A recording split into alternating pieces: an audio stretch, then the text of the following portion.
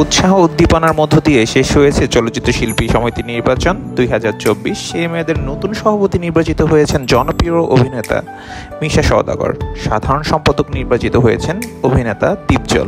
মিশা পেয়েছেন 265 ভোট এবং তার প্রতিদ্বন্দ্বী মাহমুদ কলি 170 ভোট পেয়ে পরাজিত হয়েছেন। অপরদিকে দীপজল, যিনি সাধারণ সম্পাদক নির্বাচন হয়েছেন, তিনি পেয়েছেন 225 ভোট। 17 ভোট কম পেয়ে পরাজিত হয়েছেন নিপুণ আক্তার। সাধারণ সম্পাদক থাকা অবস্থায় নিপুণ আক্তার নানান রকম স্ক্যান্ডালে জড়িয়ে পড়েন। সেই স্ক্যান্ডালের মধ্যে অন্যতম ছিল তার পোশাক আশাক। হয়তো সে কারণে এবার গণহারে সবার কাছে পরাজিত হয়েছেন নিপুণ আক্তার। গতবার নির্বাচনে জায়েদ খানের সাথে নিপুণ আক্তার নানান রকম স্ক্যান্ডালে জড়িয়ে পড়েন। নানান রকম চড়াই উতরাইয়ের মাধ্যমে সাধারণ সম্পাদক নির্বাচিত হলেও এবার নির্বাচিত আর হতে পারেননি। তিনি দীপজলের কাছে হেরে গিয়েছেন।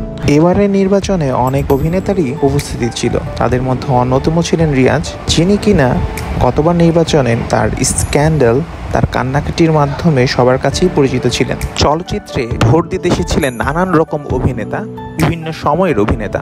এর মধ্যে সবচেয়ে পরিচিত মুখ ছিলেন পরীমণি। চমক দেখিয়েছেন সবার প্রিয় অভিনেত্রী শাবনূরও। আমেরিকা থেকে ফিরে তিনি সবার আগে শিল্পী সমিতি নির্বাচনে এসে তার মূল্যবান ভোটটি দিয়ে যান। বলিউড পাড়ায় শিল্পী সমিতি নির্বাচন নিয়ে কোনো রকম স্ক্যান্ডেল বা কোনো রকম কাহিনী শোনা না গেলেও বাংলাদেশের নির্বাচনের ক্ষেত্রে তারা সম্পূর্ণরূপে বিপরীত। প্রতিবারই কোনো না কোনো রকম ঘটনা ঘটে এবং স্ক্যান্ডেলের জন্ম দেয়। এবারও তার বিপরীত হতে পারত, কিন্তু সরকারের সহযোগিতায় এবং পুলিশের তত্ত্বাবধানে নির্বাচনটি সুষ্ঠুভাবে সম্পন্ন হয়। তবে সাংবাদিকদের মধ্যে রয়েছে চাপা ক্ষোভ। অনেকে বলছেন ভোট গ্রহণ চলাকালে তাদেরকে নাকি প্রবেশই করতে দেওয়া হয়নি।